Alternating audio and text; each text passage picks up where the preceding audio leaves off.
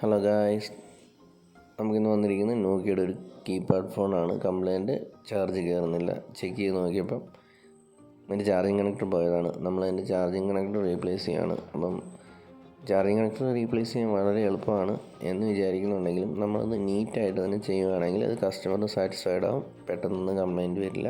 നമ്മളിപ്പം charging കണക്ടറിൻ്റെ port clean ചെയ്തിട്ട് charging connector fix ചെയ്ത് കഴിഞ്ഞ് അതുപോലെ അതിൻ്റെ ലെഗ് കാര്യങ്ങൾ എല്ലാം സോൾഡറിങ് വെച്ചിട്ട് അയൺ വെച്ചിട്ട് നമ്മളത് പ്രോപ്പറായിട്ട് സീറ്റിംഗ് ആയി കൊടുത്തിട്ടുണ്ട്.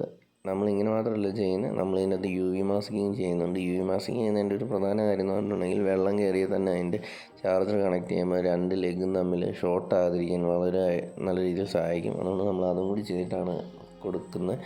അപ്പോൾ ഇതെല്ലാം കണ്ടപ്പോൾ കസ്റ്റമർ വളരെ ഹാപ്പിയാണ്. അപ്പോൾ നമുക്ക് വേണ്ട ഒരു കാര്യം എന്ന് പറഞ്ഞാൽ നമ്മൾ ചെയ്യുന്നൊരു വർക്കിനോട് ചെറിയൊരു ആത്മാർത്ഥത മാത്രം കാണിച്ചാൽ മതി, കസ്റ്റമേഴ്സ് നമ്മുടെ കൂടെ തന്നെ നിൽക്കും.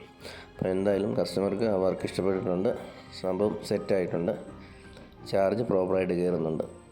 Okay guys, by.